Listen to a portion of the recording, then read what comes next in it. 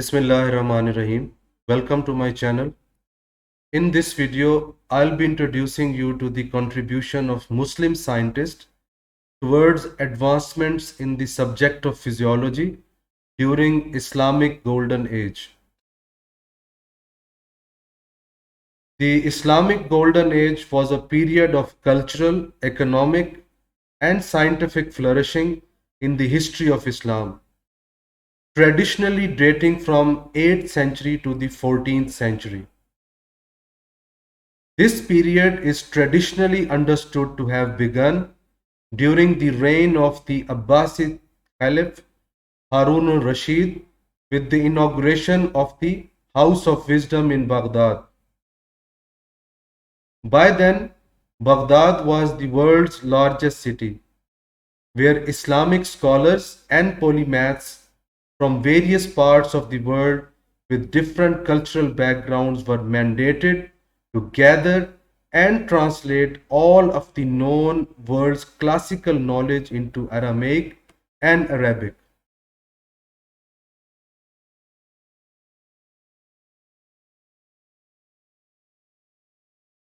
The period is traditionally said to have ended with the collapse of the Abbasid Caliphate due to Mongol invasion and the siege of Baghdad in 1258. A few scholars date the end of the Golden Age around 1350, linking with the revival by Timur. However, several modern historians and scholars place the end of the Islamic Golden Age as late as the end of 15th to 16th centuries with the end of Mughal Empire and Ottoman Empire.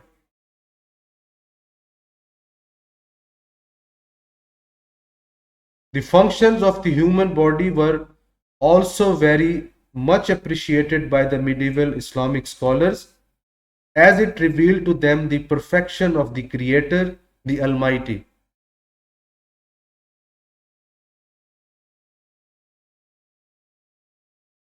Ar-Razi in his Al-Mansuri, Ibn Sina in his Qanun fi Tib, and Al-Zahrawi in the first Maqala of At-Tasrif discussed physiology together with the anatomy of each organ or organ system.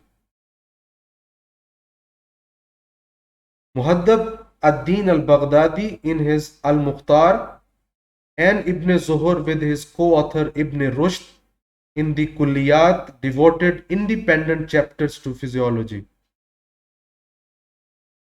Meanwhile, Ibn al-Nafis, in addition to his critical commentary of the anatomy and physiology of Ibn Sina in Sharh Tashri al-Qanun, also authored an independent treatise on physiology entitled Risalat al-Adha.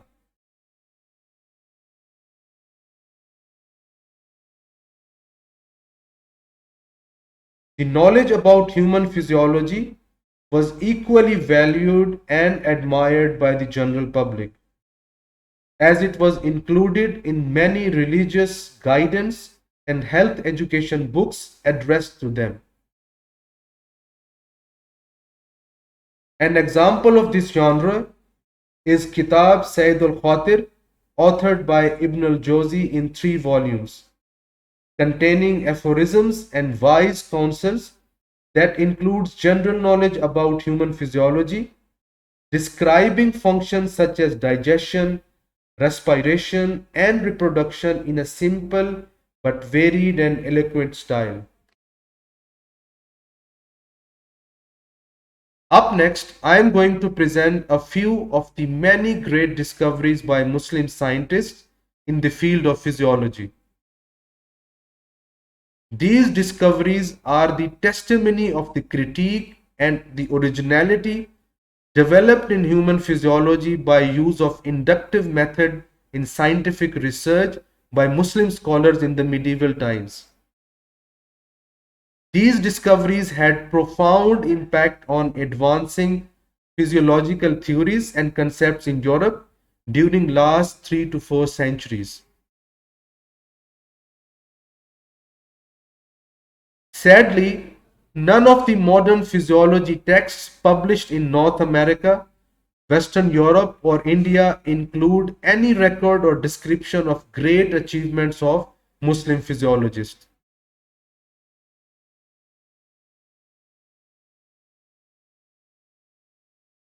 All the medical scholars before Ibn al-Nafis agreed with Galen that the two ventricles are connected through invisible pores in the interventricular septum, and a considerable amount of blood is taken over through it from the right to left ventricle.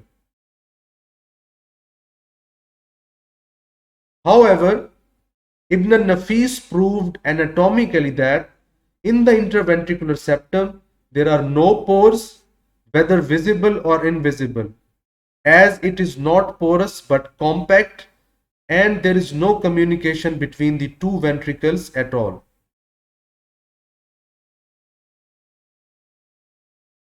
Ibn al-Nafis believed that as the heart is in continuous movement of systole and diastole, which will not allow for the required time needed for the effective mixing of the air with the blood.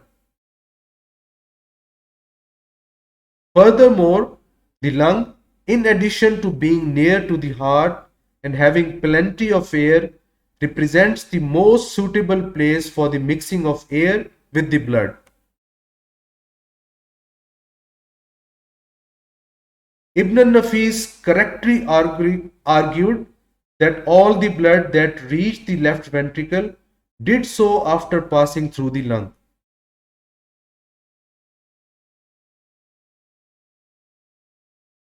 Ibn al-Nafis also stated that there must be small communications or pores between the pulmonary artery and pulmonary vein, a prediction that preceded the discovery of pulmonary capillaries of Marcello Malpighi by 400 years.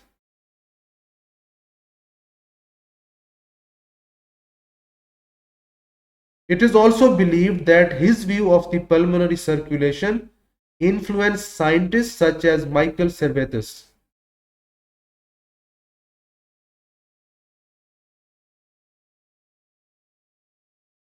Ar-Razi stated that nerves had motor or sensory functions, describing 7 cranial and 31 spinal cord nerves.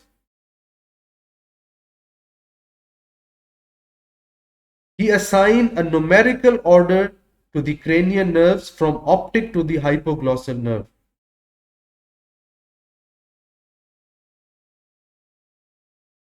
He also classified the spinal nerves into 8 cervical, 12 thoracic, 5 lumbar, 3 sacral, and 3 coccygeal nerves.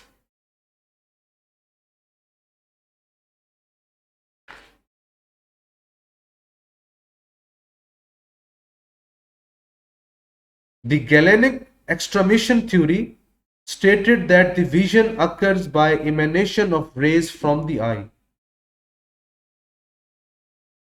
Abu Bakr al-Razi rejected this theory in his treatise Kitab fi Kafiyat al-Absar.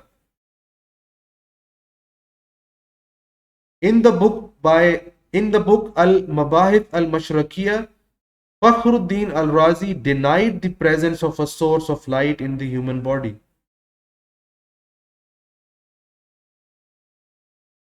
In the Al-Kuliyat fi Tib, in the section on the functional anatomy of the eye, Muhammad ibn Rushd stated that vision is certainly not due to something that emanates from the eye, as beheld by Galen, but the eye receives the color by the clear structures inside it, as in the case of a mirror.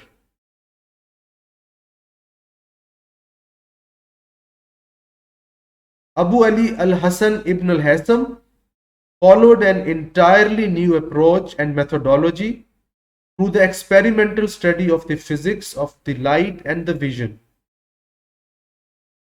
Ibn al-Haytham was truly the founder of modern optics by virtue of his seminal work, Kitab al-Manazir. He showed that what is really sensed is not the object itself, but an optical image due to light reflected from its sources to the eye.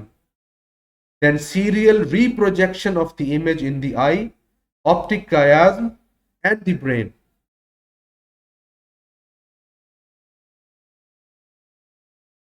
Thanks for watching and listening. Please do share this video with your friends and colleagues.